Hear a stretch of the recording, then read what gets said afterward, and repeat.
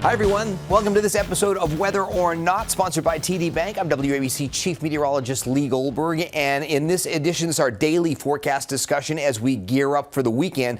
We're talking about the wind finally backing off. We had several days of very strong winds, frigid winds. It wasn't actually the temperature. We were able to get above freezing a couple of days, but those winds gusting over 50 miles an hour all the way into Thursday made it feel like teens and, of course, single digits at night. Well, those start to back off. There is a touch of snow to start the weekend. Not that impactful. Some slippery spots on Saturday morning. And, of course, an update on the Southern California fires. Let's start there with a high-end red flag warning through Friday. L.A. and Ventura counties, 35 to 55 mile per hour gusts in the mountains could go over 65 miles an hour. Even in the San Gabriels, there could be some gusts that go over 70 miles an hour. That's more angled on the morning part of Friday, and then in the afternoon the winds tend to diminish. So you look at the futurecast winds, look how they start to back off later Friday. And then I think we're in a lull until Sunday. There are two more Santa Ana wind events, at least in the short term, Sunday, and then a stronger one again on Tuesday. So the firefighters definitely have their hands full as we continue to monitor the Palisades fire, the Hearst fire,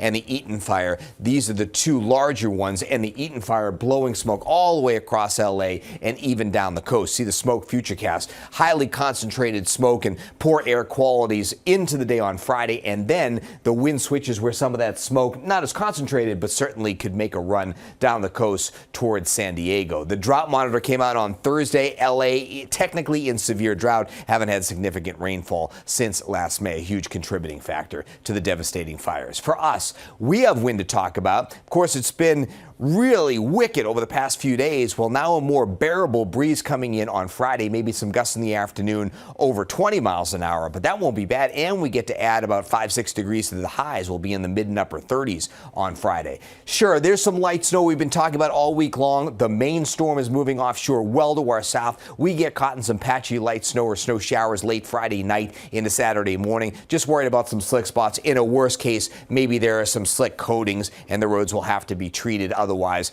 not a huge event, and the bulk of it is over during the morning hours on Saturday with just some lingering flurries, especially north and west in the afternoon. Then we get into a few days where we could just catch our breath a little bit. Seasonable for a few days and a dry stretch that'll go Sunday through Tuesday. Although by Tuesday, the wind is picking up a little bit. There might be a flurry. So the next 3 days, not as harsh on Friday, 39 after a cold morning. On Saturday, it's a little light snow to start the day, 35, maybe a break or two of sun in the afternoon hours. Again, you see how light the winds are, and seasonable sunshine. Sunday's actually a pretty nice day. Make a run at that 40-degree mark with a mixture of sunshine and just a few patchy clouds. Looking at those futurecast gusts to start the morning, there can still be some gusts around 30 miles an hour on Friday morning, but look at the afternoon hours, maybe some gusts 15 to 25 at most, so shouldn't feel too bad, a little easier to take. Notice how the winds are really quiet during the day on Saturday, but the weak system that is bringing us that light snow threat Friday late night into Saturday morning, that pulls offshore and also does the strong storm that's bringing on the bad weather to the deep south and into the Carolinas. When that pulls offshore, we start to yank in some gusty winds for a short time Saturday night. So don't be surprised if you go out and the wind's back again and it's rather gusty. That might be the play on Saturday night, just a lot of layers. The futurecast temperatures will be in the 20s on Friday morning with lots of sunshine, upper 30s in the afternoon hours. A few thermometers hit 40. Notice some of the high clouds coming in and actually filtering the sunshine a little bit. Futurecast is actually showing some gravity waves there coming in with those bands of clouds coming in. Those could be pretty across the sky, maybe a pretty sunset on Friday. Our futurecast all along has not been very bullish on the amount of snow with this. You know, there's a system off to the northwest. There's a strong storm offshore. There's very little interaction, but I do think there'll be some areas of light snow. Remember, we've been cold for a while, so even if we get a little light snow, we would maximize the idea of it being able to stick to area roadways, untreated surfaces. And in fact, Futurecast, this is actually the latest run of it. Looks a little more impressive here toward the pre-dawn hours. That actually just updated as we're recording whether or not. So gives me more confidence that coatings to maybe an inch can occur as we lead into Saturday morning. That would quiet down in the afternoon, maybe just a flurry north and west with a few breaks in the clouds. And I wanted to show you, I was going to show you this high resolution Futurecast, which is actually one of the tools we use when we forecast the previous storm that dropped a coating to an inch or two across the area. Is very successful in that. And that that one all along has been showing a steadier snow shield in the early morning hours of Saturday, and that's really where our forecast has been based. And again, tapering in the afternoon hours. So with all that said, it's a trace to an inch of snow. A trace, just snow showers in the air, not measurable, but up to an inch of snow. So a lot of areas will get a slippery coating and have some slick spots for your Saturday morning travel. Maybe there's an inch or two in some of the higher terrain of the Poconos and Catskills. There also could be a little bit more enhanced 1 to 2 inches south of our viewing area, and a little close to the influence of that offshore storm.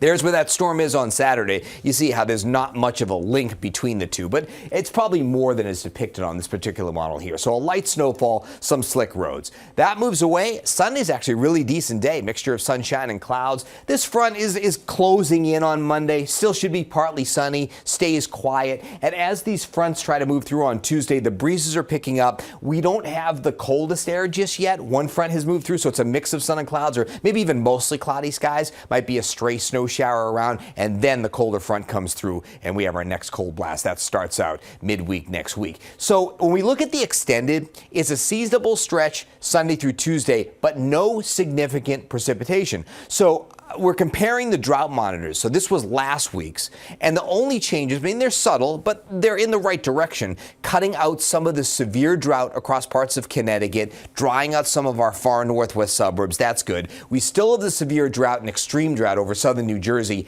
and the Hudson Valley remains very dry. And if you live here or travel through here, those reservoirs, some are just bone dry. So we still need that precipitation, and I don't see that in the next 7 to maybe 10 days. The next opportunity for significant precipitation, that may be not until next weekend or early the following week. So our reservoir levels still, again, headed in the right direction on average, 12.5% below capacity. But that's the average. When you look at some of our Hudson Valley reservoirs, they're very, very low, if not dry. So are we going to get any significant precipitation? Well, not over the weekend. Notice by Sunday, we've gotten into this ridge in the northeast. Our temperatures have started to moderate. That can last into Monday and Tuesday. And then that cold pocket starts to come in. So we get a cold shot. It's pretty dry second half of next week. And then look at this pattern once we get to the weekend of the 18th and 19th. The cold air has retreated northward. It's more aimed toward western Canada and into the high plains and northern Rockies.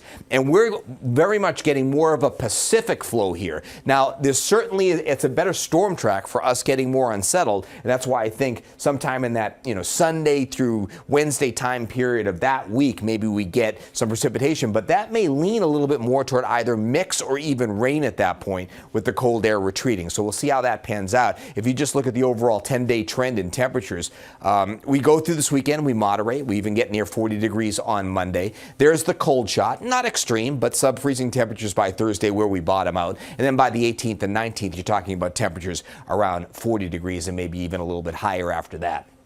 The Climate Prediction Center's temperature outlook for that 17th to 23rd doesn't actually echo that. It may be a little bit more weighted on the 17th and 18th, but I wonder if we see a trend where it looks either normal to above normal in that time period. One thing it does suggest is normal to above normal precipitation. So we like to see that at this point. We need some beneficial precipitation. But right now, at least in the short term, it would be snow chances through early next week. We've got the Saturday morning chance. We maybe have some flurries or snow showers Monday into Tuesday. Doesn't look like a big deal. That's ahead of that next cold shot. 7 in the morning on your Friday. It's still clear, very brisk and cold. I know we're talking about less wind and moderation on Friday, but the morning is still rather frigid. By afternoon, with upper 30s and sun and high clouds and less wind, that should feel nice. We're going for a high of 39, closer to normal with those temperatures, certainly not as harsh. Thickening clouds tomorrow night, a little snow after midnight, maybe a trace to an inch of snow into Saturday morning. Some slick spots, maybe a few afternoon breaks of sun. By Sunday, really nice day. Seasonable sunshine 39.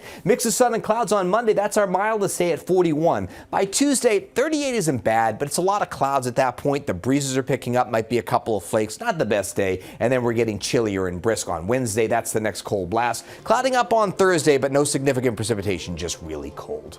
That's the way your weather forecast is shaping up. Thanks, as always, for listening to Whether or Not. We'll keep you posted on all the upcoming snow threats and the sort of ups and downs in temperatures that we're seeing. But we always appreciate you listening. We'll see you next time. Snow, rain, or shine.